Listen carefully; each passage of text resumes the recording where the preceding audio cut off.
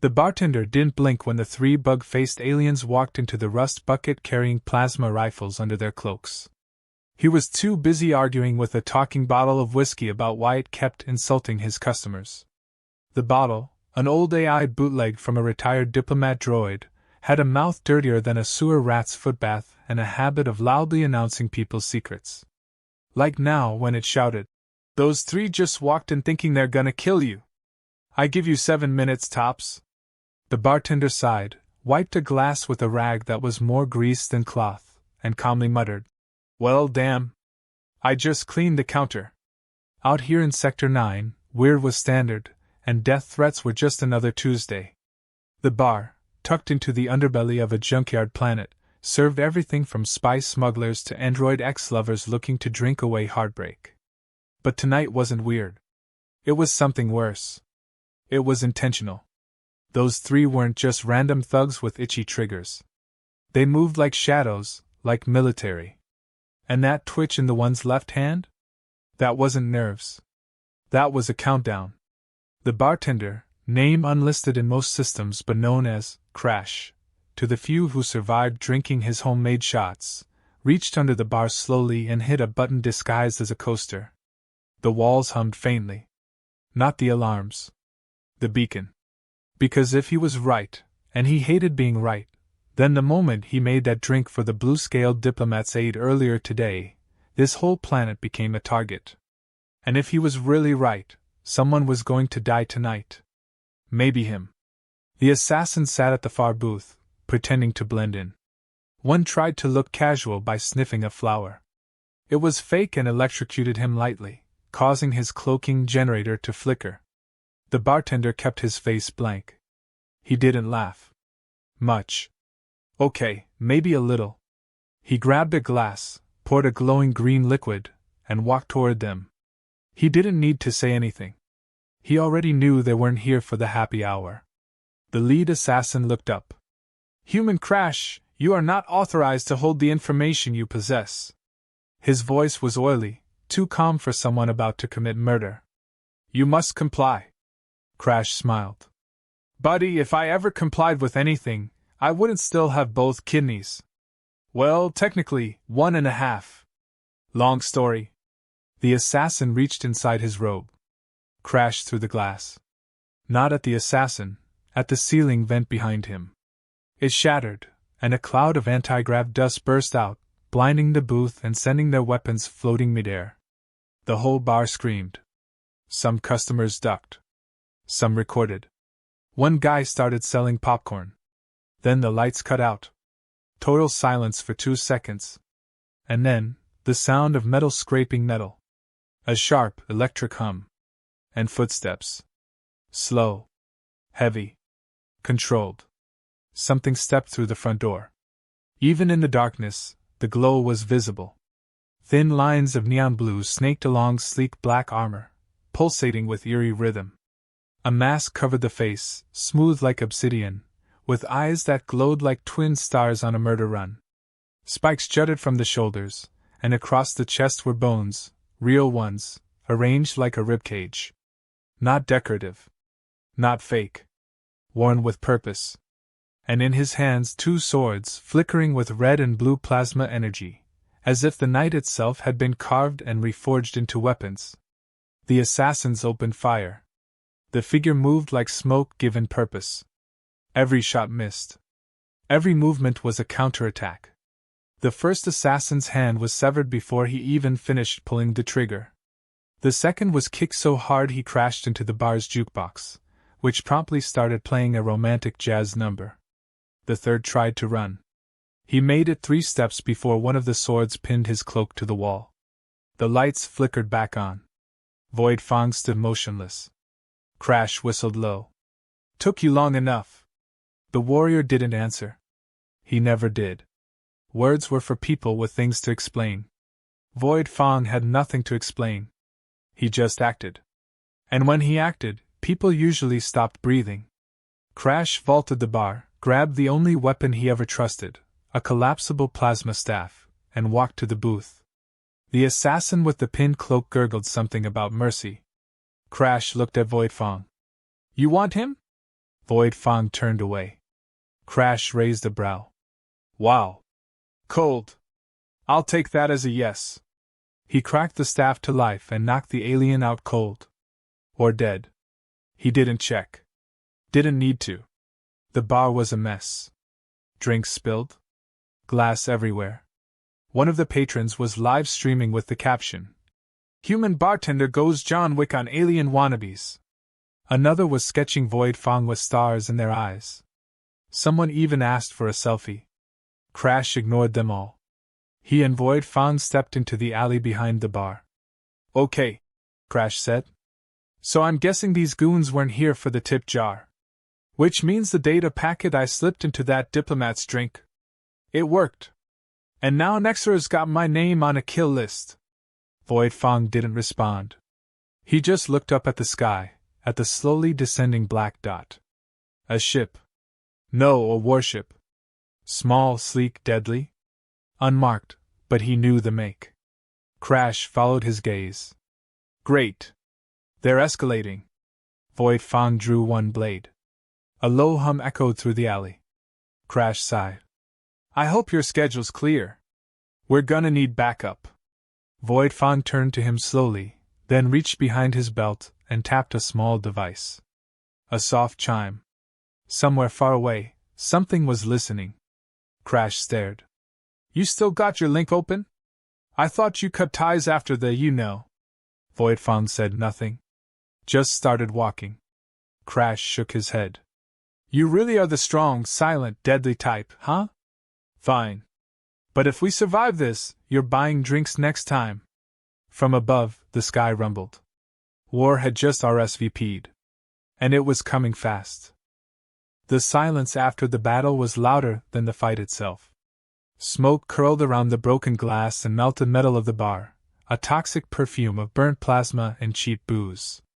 The bodies of the three assassins were sprawled across the bar floor like discarded props from a bad action vid. Only these props had been trained killers with orders to erase a bartender, and anyone near him. Crash stood there for a moment, hands on his hips, breathing slowly through clenched teeth. Void Fong, beside him, hadn't moved since the final strike. He stood like a statue, both blades still humming softly with energy that crackled at the edges like restrained lightning. Crash rubbed his forehead. "You ever clean up after yourself, or is the strong silent dramatic entrance thing your full-time gig?" He walked past the unconscious assassin still twitching near the jukebox and nudged him with his boot. "Guess we can't stay here." Void Fong tilted his head slightly, just enough to signal agreement, then holstered one blade. He reached into the unconscious assassin's pocket and pulled out a small data shard. He scanned it with a tap against his gauntlet, and a soft red hologram flickered to life for a few seconds before shutting down with a corrupted whine. Whatever message it had contained, it was scrambled now. But Void Fang's posture shifted. Something in that data disturbed him. Crash glanced at him, then the shard, then the window. Outside, the sky pulsed unnaturally. Faint ripples distorted the stars, as though reality was bending ever so slightly around something very large and very close. "Yeah, that warship's not circling for sightseeing. They're scanning the bar. Probably got a target lock on the roof." Without another word, Void Fong moved. He tapped the side of his belt, and a tiny pulse emitter dropped onto the bar floor, lighting up in concentric circles of neon blue. A small shimmer surrounded them for half a second. Crash raised an eyebrow. "Cloak bubble? Nice. Little late, but stylish." Void Fong shot him a look, as much expression as someone could manage from behind a full-armored mask, and motioned toward the back door. They moved fast. Out through the back alley, past steaming vents and trash piles that twitched with life. Crash could feel the ship above now, a growing thrum in the air, like thunder getting ready to shout. He knew what was coming. They'd bomb the bar from orbit and call it a malfunction. Nexera liked neat endings. This problem wasn't going to end neat. A roar filled the air, and Crash ducked just in time as the rust bucket exploded behind them, fire tearing through its old bones like paper. The force knocked them both into the grime-slick wall of the adjacent building. Crash groaned as he got up, brushing ash off his jacket. Well, I guess that's one way to end a shift. I'm gonna miss that jukebox. Void Fong didn't respond. He pulled out a device from his wrist module, a small scanner pinging rapidly, then pointed east. Crash followed him, wincing with every step. Let me guess. You've got a bolt hole somewhere in the undercore. We're going underground again, aren't we? They descended through a maintenance hatch, slipping into the tunnels beneath the city. The air grew heavy, the lights dimmer, and the sounds of the surface gave way to hums of old generators and the occasional hiss of leaking steam. The undercore was where broken machines went to die and broken people went to hide. It was also the one place on the planet where Nexra's scans wouldn't work, at least not without triggering half the buried traps left over from the last rebellion. As they moved deeper, Crash's voice grew quieter. You know, I used to think you were just some urban legend. Ghost warrior with a skeleton chest and laser swords. Until you chopped off a guy's arm next to my liquor shelf. That made it pretty real. Void Fong paused in front of a locked door embedded in rusted steel. He pressed his palm to a scanner and let it read him. There was a hiss, then a grind of ancient gears. The door creaked open, revealing a small room filled with crates, weapons, and a single glowing monitor in the corner displaying dozens of ship's signals above the city. Crash stepped in and looked around. Let me guess, this is your version of a cozy Airbnb. Void Fong walked to the monitor, tapped a sequence of buttons, and brought up a hologram of the ship currently orbiting the planet. Its markings had been erased, but the design was unmistakable. Nexra. Black-cloaked, silent, merciless. The kind of ship you sent when you didn't want anyone to live to ask questions. The kind of ship he remembered. Crash leaned against the wall, watching Void Fong. You fought them before, didn't you? He asked quietly. That's why you knew how to move like that. Why you showed up before they even fired the first shot. Void Fong didn't look back. Instead, he tapped another command, and a secondary display flickered on. It showed a memory. Fuzzy, degraded. A training room. Screams. A line of masked soldiers executing targets without hesitation. And in the center, a younger version of Void Fong, armor half complete, surrounded by scientists.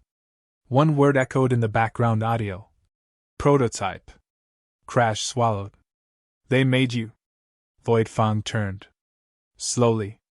Deliberately. And then, for the first time in what felt like years, he spoke. His voice was low. Mechanical. Filtered, but with a weight that cut deeper than any blade. I was their weapon. Crash didn't flinch, but he did shift his posture. And now? Void Fong walked past him, picked up one of the energy blades from a nearby rack, and sheathed it at his back. Now I'm their mistake. There was a sudden ping on the scanner. Crash walked over, squinting. That's not good. They're triangulating movement. They must have gotten partial biodata from the fight. They're tracking us through heat signatures. We've got maybe 15 minutes before they flood the tunnels with drones. Void Fong opened another crate, tossing Crash a compact pulse rifle. Crash caught it, groaning. Well, this is escalating fast. Remind me never to make cocktails with secret data codes again. They moved out, taking a narrow maintenance tunnel that cut beneath the old reactor lines. It was quiet, except for the occasional rumble of machinery far above. Crash kept glancing at Void Fong. He'd seen a lot of things in his years behind that bar. Aliens puking acid, bounty hunters crying into their drinks, even a time-traveling accountant, but nothing like this guy. He moved like violence was just another language, like he'd studied pain the way artists studied color. At one point, Crash broke the silence again. So, you got a plan? Or are we just winging it with swords and sarcasm? Void Fong paused and looked ahead. Up ahead, a soft light pulsed at the end of the tunnel. A red shimmer, constant and wrong. It wasn't security. It was a gateway. And it was open. Crash narrowed his eyes. That wasn't there before. Void Fong didn't stop walking. It's a message. Crash followed reluctantly, gun in hand. Great. Who's it from? Void Fang's voice, colder than before, echoed through the tunnel. Me. The light from the red gateway shimmered like a warning dressed up in welcome. Void Fong approached it with steady steps, the glow from his armor pulses reflecting off the walls like silent sirens. Crash trailed behind him, rifle raised but mostly out of caution rather than any expectation to use it effectively. The air was thick now, the kind of thick that didn't come from heat or humidity but from tension so sharp it made the hairs on your arms stand at attention. They weren't just walking into another room. They were walking into something planned. Something meant to draw them in. Void Fong didn't hesitate. As soon as he passed through the light, the shimmer vanished.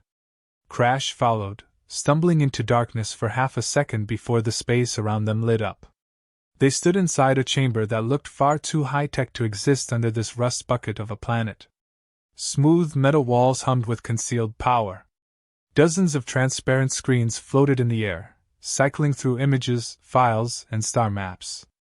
It was like standing in the brain of a paranoid god.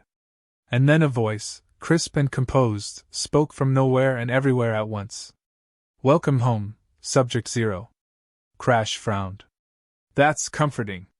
You got a creepy AI fan club now?" Void Fong didn't answer. His focus was locked on a large screen at the center of the chamber. It was displaying schematics. Not of the warship overhead, but of a human body. Mechanical overlays. Surgery logs. Neural enhancements. The file title blinked repeatedly, Void Fang _001. Prototype. Crash stepped closer, squinting at the data. "This is you. Your original blueprint. They kept all this stored? Why would they leave this accessible?" The voice responded before Void Fang could. Because Subject Zero was never meant to be deleted. Only replaced? A second image loaded next to the first. A similar body. Same armor. Same structure. But different neural patterns. Different enhancements. More recent. Subject 1. Fully operational. Awaiting deployment. Crash took a step back. "Hold on. They built another you? An upgraded model? When the hell were they planning to roll that out?" Void Fang's fists clenched at his sides. The screen shifted again, showing footage of Subject 1 in training. Efficient. Ruthless. Faster than Void Fang. Stronger in the ways that mattered to Nexera. And more importantly, obedient. Designed without the flaw that made Void Fang dangerous, free will. Crash looked at his silent companion. "They cloned you and stripped the soul out. That's what this is. They didn't just want a weapon. They wanted a puppet." The chamber began to rumble slightly, warning of an incoming disturbance. More signals flickered on the scanner. Drop pods. 4, maybe 5, slamming into the upper levels of the undercore. "They're deploying retrieval units," the voice said, almost cheerfully. "Please remain still for reclamation. You are valuable property." Void Fang moved without a word. He sliced the nearest console with his blade, sparks raining down in protest. The voice glitched but kept speaking, growing more static-laced. "Reclamation is mandatory. Resistance will result in deletion. Subject 1 is en route to assist in compliance." Crash blinked. "He's coming here? The upgraded you?" Void Fang turned to him. His voice came quiet but charged with resolve. "This ends now." They raced out of the chamber through a secondary tunnel, narrow and lined with flickering backup lights. The data they'd seen had confirmed it. Nexera didn't just want to erase Crash. They wanted to overwrite Void Fang. Delete what they saw as a mistake and install the version that wouldn't question orders. It wasn't revenge. It wasn't even war. It was replacement. Erasure. As they moved through the tunnels, dodging skin drones and auto-sentries, Crash spoke quickly between breaths. "So let me get this straight. Not only are they trying to kill me for giving that diplomat a drink laced with a smuggled data packet, but you're being hunted by your own evil twin?"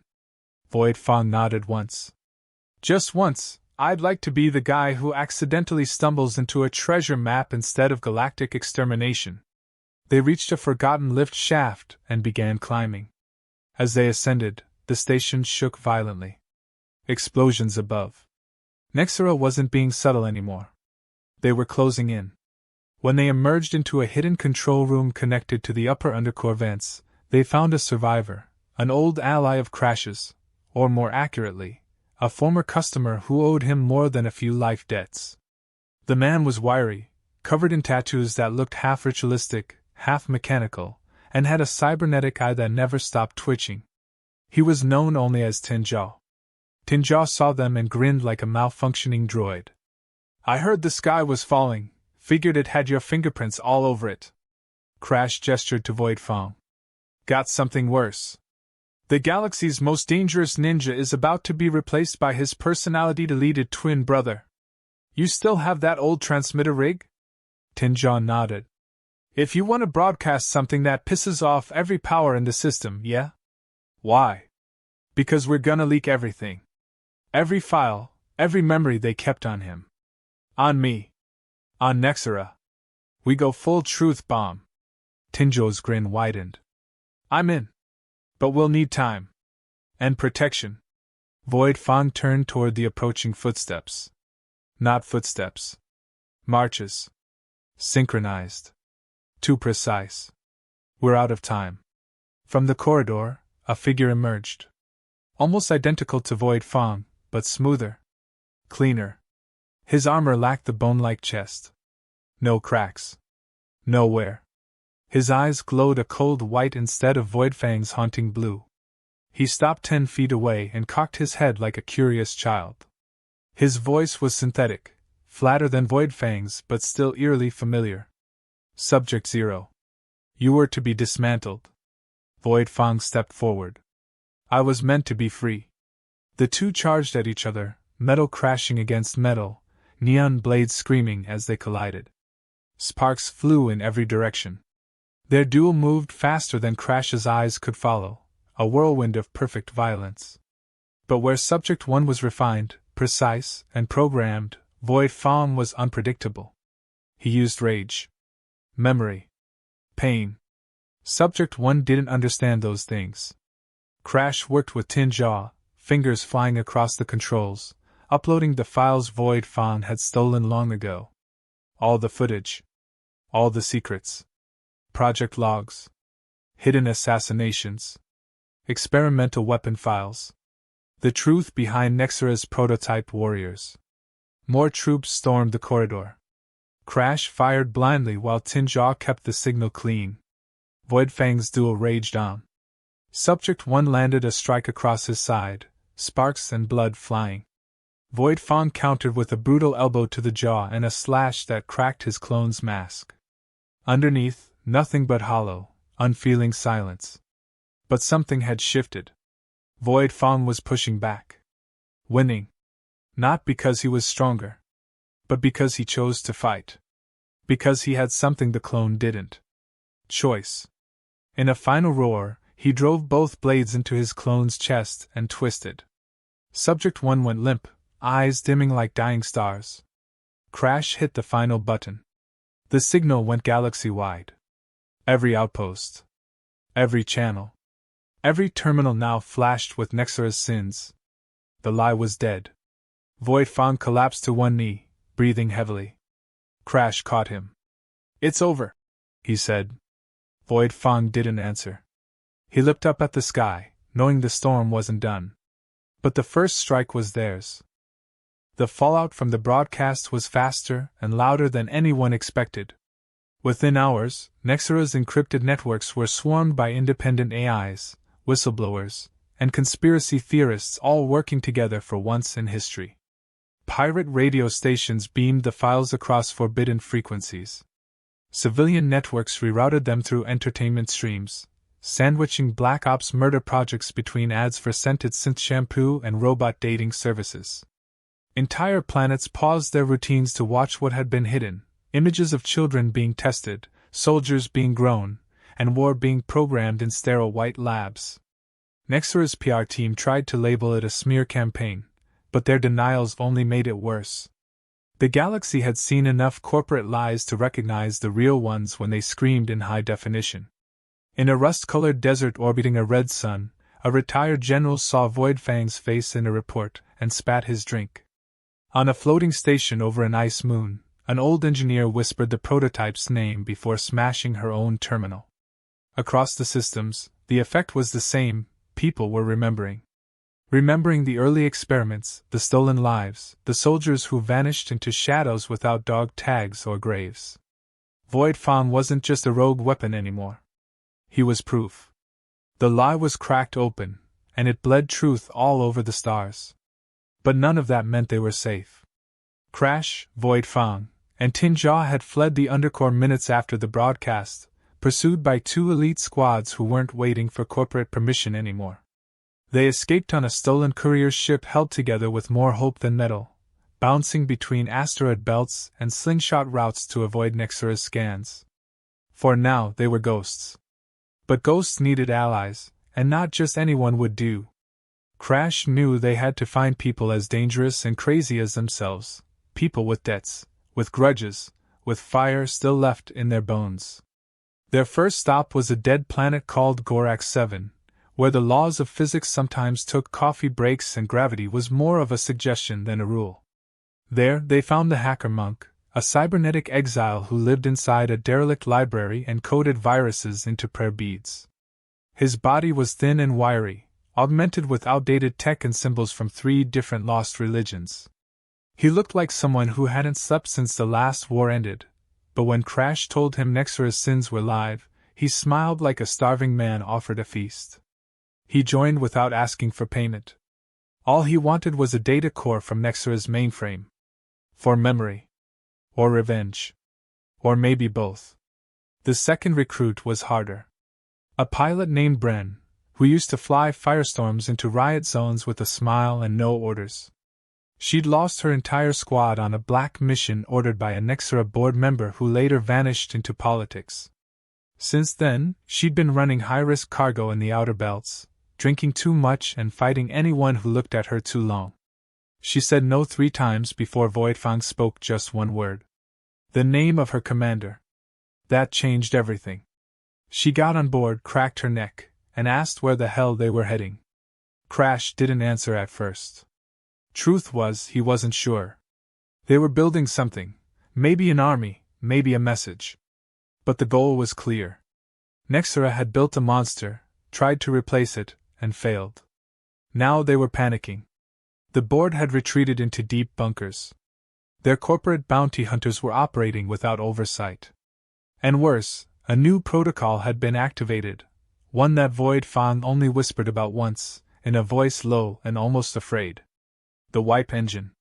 It wasn't a bomb or a weapon. It was an orbital system that could scrub every trace of a person from the galaxy. Records, memories, DNA, visuals. History itself would forget you. Like you'd never existed. They only used it once, on a rebellion that had grown too symbolic. Now Nexura was preparing it again, and this time, Void Fong was the target.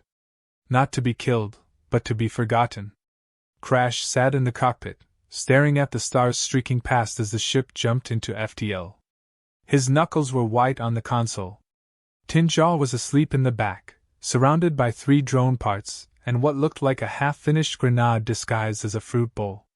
The hacker monk sat quietly with wires plugged into his neck, whispering in binary. Bren was humming to herself while recalibrating the weapons systems, her leg bouncing like she was holding in the urge to punch someone. Void Fong stood near the window. Still. Watching. Crash finally spoke. You know they'll try again. With another clone. Another version. You broke free, but they'll keep making them until one of them wins. Void Fong didn't look away from the stars. Then we break their ability to make. Crash tilted his head. That's poetic and terrifying. I like it. The ship dropped out of FTL near a moon orbiting a gas giant. On that moon was a relay station once owned by Nexura, now abandoned. Or so they thought. As soon as they landed, they knew something was wrong. The station was too quiet. The security drones were active but deactivated themselves without conflict. Doors opened too easily. It felt like walking into a trap that was trying to look like a gift. They moved through the empty corridors with weapons drawn. Even Void Fong moved slower, his steps careful. The station wasn't abandoned. It was prepared. In the central hub, they found a message waiting. A simple display screen flickered to life and showed a live feed from a boardroom deep inside Nexra's core facility. Seated there were 6 people, none of whom flinched when the screen activated. They spoke in turns. Cold. Measured. Like executioners who didn't enjoy the process, just the results. They made an offer. Void Fong could return. He could be reset. Rewritten. They would give him control of entire fleets. Resources? A name. Or he could watch everyone he'd ever helped be erased from history. Crash started laughing. Loud, wild, and a little hysterical. You're offering him a job? Now? That's like offering a shark a spot at a sushi restaurant. The board didn't blink. They simply ended the feed. And the floor beneath the team exploded. The room collapsed in on itself, fire and debris raining from the ceiling. Bren dragged Crash behind cover. The hacker monk jammed a signal into the mainframe and activated countermeasures. Void Fong rose from the dust with a blade already out, cutting down the first attacker who appeared through the smoke. They weren't soldiers. They were something else. Synthetic. Quiet. Versions of the clone that Void Fong had defeated before. More of them. The team fought back hard, coordinated like they'd trained together for years. Crash tossed an electrified bottle that detonated midair. Bren shot out a support beam, collapsing a walkway on 2 of the synthetics. The monk hacked a drone mid-combat and sent it crashing into another. And Void Fong moved like death had been poured into armor and taught to dance. By the time the smoke cleared, the station was half destroyed, and the feed from Nexra had gone dark. They escaped with bruises, burns, and a new message. Nexra wasn't going to stop offering. Or threatening. They weren't looking to defeat Void Fong anymore. They were trying to tempt him. Because deep down, they were scared. Not of what he could do, but of what he had become. The descent onto Kano's 4 was not subtle. The freighter dropped like a meteor through the upper atmosphere, its stealth field flickering under pressure, and plasma scraping across its hull like the claws of a dying god. The city below floated like a steel flower above the clouds, petals of reinforced towers stretching toward the stars, glowing with Nexra's cold blue lights. Beneath that perfect skyline, buried deep in its foundation, was the true heart of the machine. The main research hub. The wipe engine. And every secret that Nexra had built its empire on. Void Fong stood near the drop ramp, arms crossed as the wind from the breach howled around him. His armor was darker than before, patched in places with scavenged plating from their last battle, his blades polished and silent. He hadn't said much since the plan was finalized. He didn't need to. Everyone on the ship knew what this was. It wasn't a raid. It was an ending. One way or another. Crash checked his gear and looked around at the others. Vex was strapping explosives to her belt like they were decorations. Bren was already in the cockpit, piloting the descent with a grim smile, eyes focused like the chaos outside was a puzzle she was born to solve. The hacker monk whispered something under his breath as he adjusted a device on his wrist that pulsed with red light. Tin Jaw sat on a crate, staring at the floor, the smallest and quietest anyone had ever seen him. Rose stood near the main terminal, face pale, holding the data spike that would unleash the virus into Nexra's systems. They hit the landing zone with a controlled crash that sent sparks and shrapnel across the steel platform. The ramp dropped and they poured out, moving like a unit, each step a promise. The outer ring of the facility was already alert, but the virus hit first. Lights flickered. Internal doors froze. Cameras looped outdated footage. For 10 minutes, Nexra would be blind. After that, they'd see everything, and it would be too late. The squad split in 2. Vex, Tin Jaw, and the monk took the service tunnels to plant charges at the hangar and internal power grid. Crash, Ro, Bren, and Void Fong pushed forward into the main chamber where the core systems and the wipe engine were located. The corridors were clean, precise, humming with energy. Crash hated them immediately. Too perfect. Too lifeless. The kind of place where terrible things happened under the illusion of control. They reached the control chamber with 2 minutes of virus time left. It was a vast open room, circular, with a glowing spire in the center where the white engine pulsed like a heart. Floating consoles lined the outer ring, and in the middle, standing alone, was someone they hadn't expected. Subject 1. Not buried. Not destroyed. Alive. He was different now. His armor had been reforged, smoother, reinforced. His presence felt heavier, not just in size but in gravity, as if the air bent around him. Behind him, 6 armed guards stood motionless.